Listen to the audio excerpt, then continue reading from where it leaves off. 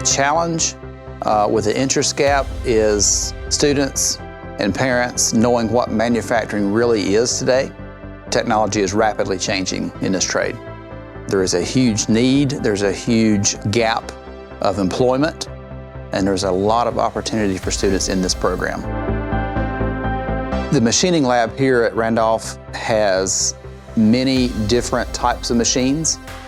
From manual machine tools to CNC controlled machines. The majority of those have an Acu-Rite control or digital readout. Our partnership with Acu-Rite has evolved over the years by listening to our advisory board that kind of drives our program. We go out and visit with those industries, see what kind of equipment they have, and base our curriculum on what they have so we can better prepare students for what they're going to be exposed to in the real world. The Acu-Rite control is a perfect match for students. The layout of the control is very user-friendly. The students can quickly go to the control for the first time, understand how the control works, what it's supposed to do, and they can very quickly pick up and write a simple program to be able to produce a part. It's a win-win for the student and the instructor.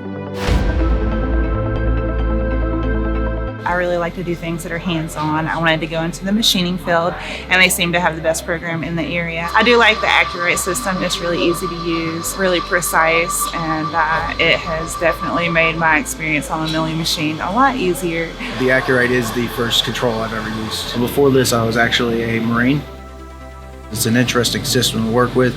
It lets you see what you've put in before you actually process it on the machine. The Acu-Rite control, it's fairly intuitive, it's easy to understand, and it's easy to use, and then it even shows you like what will look like as a dry run. Our hopes for American manufacturing here locally is that it continues to grow. There will be a continued need for this program. The more students we can graduate, I think the better industry is prepared to be able to advance.